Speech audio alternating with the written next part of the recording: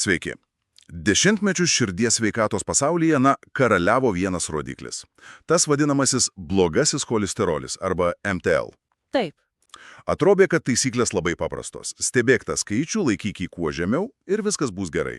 Būsi saugus, taip. Bet šiandien mes gilinamės į pluoštą medicininių apžvalgų, kurios pasakoja, šiek tiek kitokią istoriją. Mūsų misija išsiaiškinti, kaip tas vienas skaičius tapo toks galingas. Ir kodėl jo nebepakanka. Būtent. Ir koks iš tikrųjų yra šiuolaikinis širdies ligų rizikos žemėlapis. Tad pradėkime nuo esmės. Jei viską darėme teisingai, mažiname MTL, kodėl širdies ligos vis dar yra didžiausias žudikas? Tai ir yra tas milijono vertės klausimas.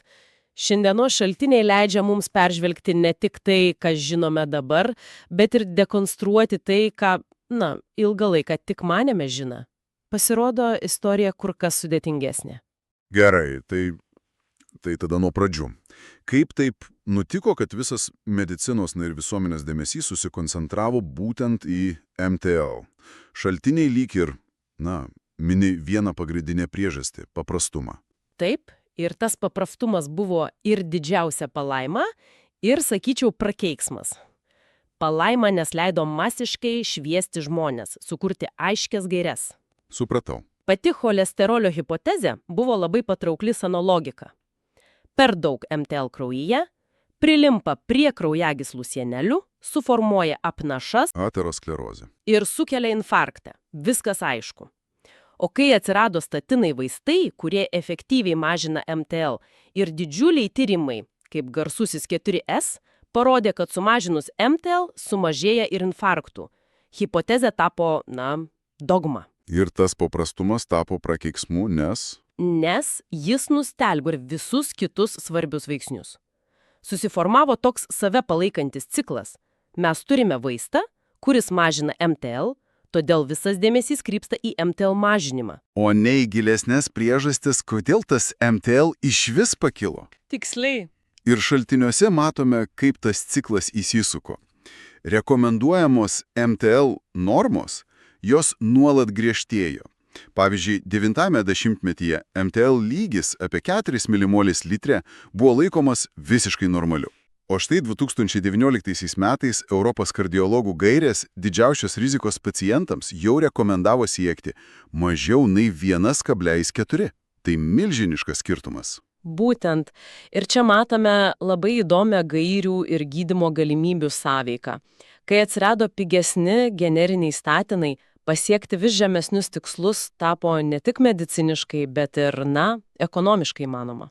Ir su kiekvienom naujom gairiam į gydytinam kategoriją patekdavo milijonai naujų žmonių. Šaltiniai pateikė pavyzdį iš JAV.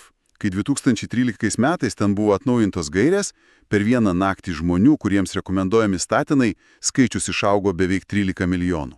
Oho! Skaičiai tikrai įspūdingi. Šaltiniai rodo, kad JAV suaugusiųjų vartojančių statinus dalis nuo kokių 12% 2008-aisiais išaugo iki 35% 2019-aisiais. O visame pasaulyje šios vaistus kasdien geria daugiau nei 200 milijonų žmonių. Taigi turime galingą įrankį, globalias pastangas, MTL lygis kontroliuojamas agresyviai, bet šaltinė teigia, kad čia ir slypi problema. Net ir didžiausiuose klinikiniuose tyrimuose, kai pacientų MTL buvo numuštas iki rekordiškai žemo lygio, didelė dalis jų vis tiek patirdavo infarktus ar insultus. Kas čia vyksta? Štai čia ir prieiname prie to, kas medicinoje vadinama likutinė rizika. Likutinė rizika? Tai ta rizika, kuri išlieka net ir idealiai sukontroliavus MTL. Ir būtent ji privertė mokslininkus ieškoti, ko mes nematome. Šaltiniai išryškina kelias didelės A-klasės zonas, kurias senasis MTL centrinis modelis, tiesiog ignoravo. Pirmoji ir bene svarbiausia – uždegimas. Tai visiškai keičia požiūrį. Vadinasi, kraujagyslių kalkėjimas nėra tik santechninė problema, kai vamzdis tiesiog užsikeša nuo riebalų. Tikrai ne. Tai labiau panašu į nuolatinį lėtinį gaisrą kraujagyslės sienelėje. Aterosklerozė yra uždegiminė liga. Gaisras. Geras palyginimas. Ir čia įvyko tikras perversmas, kai pasirodė tokie tyrimai kaip Kantos. Jo unikalumas buvo tas, kad mokslininkai išbandė vaistą, kuris slopina tik uždegimą, bet visiškai nepaveikia cholesterolio lygio. Ir kokie rezultatai? Stulbinantis. Širdies įvykių rizika reikšmingai sumažėjo. Tai buvo pirmasis tiesioginis įrodymas, kad uždegimas yra savarankiškas ir labai galingas rizikos veiksnis. Supratau. Vadinasi, galime turėti idealų MTL, bet jei mūsų kraujagyslėse siaučia tas gaisras, rizika išlieka didelė. Kokia kita aklavietė? Antrasis metabolinis sindromas ir atsparumas insulinui. Tai tas klasinis atvejis, kai žmogus giriasi, jog jo cholesterolio tyrimai normalūs, nors jo liemens apimtis, kraujo spaudimas ir cukraus kiekis jau signalizuoja apie problemą. Toks žmogus gali turėti normalų bendrą MTL skaičių, bet jo kraujyje cirkuliuoja ypač pavojingos, mažos ir tankios MTL dalelės, kurių standartinis testas nemato. Be to, pats nuolat aukštas insulino lygis tiesiogiai žaloja kraujagyslių vidinį sluoksnį, tą endotelį, ir taip sukuria puikias sąlygas apnašoms formuotis. Ir trečiasis, kaip suprantu, glaudžiai susijęs su antruoju – visceralinių arba pilvinių riebalų vaidmuo. Svarbu ne tik kiek sveriame. Bet kur tie riebalai kaupėsi? Būtent. Pilvo riebalai nėra tik pasyvus energijos sandėlis, tai yra metaboliškai aktyvus organas, kuris nuolat gamina ir į kraują skiria uždegiminius signalus, vadinamosius citokinus. Vadinasi, žmogus su dideliu pilvu, net jei jo MTL skaičius yra normalus, nešiojasi savyje nuolat veikiantį uždegimo fabriką. Taip, kuris prisideda prie to paties gaisro kraujagyslėse. Gerai, vaizdas aiškėja. Jei senasis žemėlapis, kuriame buvo tik ta viena MTL sala, yra nebetikslus, mums reikia naujų patikimesnių orientyrų. Atrodo, kad pagrindinė problema yra ne pats cholesterolis kaip medžiaga, juk jis gyvybiškai svarbus, o tai, kaip jis transportuojamas. Įsivaizduokim, kad cholesterolis yra krovinys. Anksčiau mes tiesiog sverdavome visą krovinį. O ką jei pradėtume skaičiuoti, kiek potencialiai pavojingų sunkvežimių įveža, ar yra toks rodiklis? Tai tobula analogija. Ir atsakymas yra taip. Būtent tai ir yra apoliproteinas B, arba, trumpiau, ApoB. ApoB? Tai baltymas, kuris veikia kaip brūkšninis kodas arba valstybinis numeris ant kiekvieno apnašus sukeliančio sunkvežimio. Ar tai būtų MTL, ar VLDL, ar kitos dalisis. Matuodami ApoB mes gauname tikslų visų pavojingų dalelių skaičių. Tai kur kas tiksliau? Kur kas. Šaltiniai vienareikšmiškai teigia, kad daugybė tyrimų patvirtino, jog ApoB prognozuoja riziką tiksliau nei tradicinis MTL cholesterolio matavimas, ypač žmonėms su metaboliniu sindromu. Tai skamba kaip didžiulis žingsnis į priekį. Vadinasi, du žmonės gali turėti vienodą MTL cholesterolio kiekį, bet jei vieno ApoB yra didelis, o kito mažas, jų rizika bus visiškai skirtinga. Visiškai teisingai, nes pirmasis turės daug mažų, tankių ir pavojingų dalių, o antrasis mažiau, bet didesnių ir netokių pavojingų. Standartinis MTL testas šio skirtumo tiesiog nemato. O dar kažkas yra. Taip. Kitas svarbus žymuo, kurį ilgą laiką ignoravome, yra vadinamasis likutinis cholesterolis. Tai cholesterolis esantis trigliceridų turtingose dalelėse, kurios nėra MTL. Ilgai buvo manoma, kad jos nepavojingos, bet dabar aišku, kad jos labai aktyviai prisideda prie apnašų formavimosi ir yra didelė dalis tos likutinės rizikos, kuri išlieka net ir esant žemam MTL.